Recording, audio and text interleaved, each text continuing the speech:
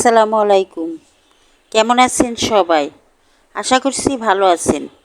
আজকে আমার রেসিপি হলো পাঁচ মিশালি সবজি রান্না। এই পাঁচ মিশালি সবজিটা আমি চিংড়ি মাছ দিয়ে রান্না করে আপনাদেরকে দেখাবো। যারা সবজি খেতে পছন্দ করেন তাদের জন্য।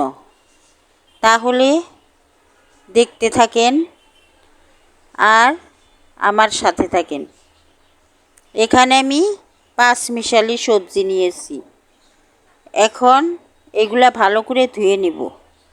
চিংড়ি মাছ নিয়েছি, চিংড়ি মাছগুলাও ধুয়ে নিয়েছি। এখন রান্না করার জন্য চুলায় চলে গেলাম। চুলায় একটা কড়াই বসিয়ে দিলাম, পরিমাণ মতো তেল দিয়ে দিলাম। পেঁয়াজ আর কাঁচামরিচ কেটে রেখেছি, তার তেলের মধ্যে দিয়ে দিলাম। এখন পেঁয়াজটা আমি ভেজে নিব। পেঁয়াজটা একটু নরম হয়ে আসলেই এর মধ্যে আমি চিংড়ি মাছগুলা দিয়ে দিব। পেঁয়াজটা নরম হয়ে গেছে, চিংড়ি মাছগুলা দিয়ে দিলাম। স্বাদ মতো লবণ দিলাম, হলুদের গুঁড়া দিলাম। এখন এর মধ্যে ধনিয়ার গুঁড়া দিয়ে দিলাম। এখানে লাল মরিচের গুঁড়া ব্যবহার করব না, আদা রসুনও ব্যবহার করব না। যেহেতু চিংড়ি মাছ, ওই কারণে আদা রসুন ব্যবহার করি নাই। এখন সবজিগুলা আমি এই চিংড়ি মাছের সাথে দিয়ে দিলাম। এখন সবজি দেওয়ার পর এর মধ্যে আমি মুসুরির ডাল দিয়ে দিব। মুসুরির ডালটা আমি দিয়ে দিলাম। এখন একটু নেড়ে চেড়ে অল্প একটু পানি দিয়ে দিব। সবজিগুলা আমি কষিয়ে নিব। পানি দিয়ে দিলাম। এখন সবজিগুলা নেড়ে দিলাম। নেড়ে ঢেকে রান্না করব কিছুক্ষণ। আমি ঢেকে দিলাম। কিছুক্ষণ রান্না করে নিলাম।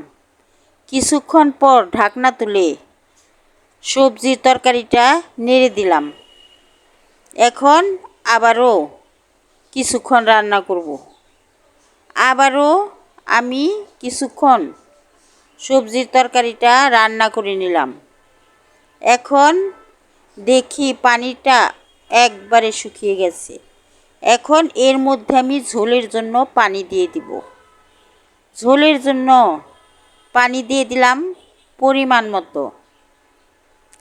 পানি দেওয়ার পর এর মধ্যে আমি 1 চামচ জিরা বাটা দিয়ে দিব। জিরা বাটা দিলে তরকারি খেতে ভালো লাগে। আমি 1 চামচ জিরা বাটা দিয়ে দিলাম। এখন সবজিটা আমি রান্না করে নিব। কিছুক্ষণ রান্না করে নিলাম। কিছুক্ষণ পর আমি সবজির তরকারিটা নেড়ে দিলাম।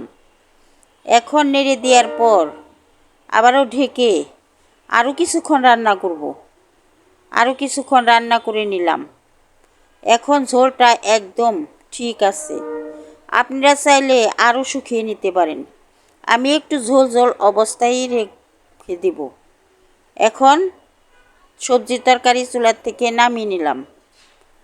কেমন লাগলো আমার এই পাঁচ মিশালি সবজির তরকারি?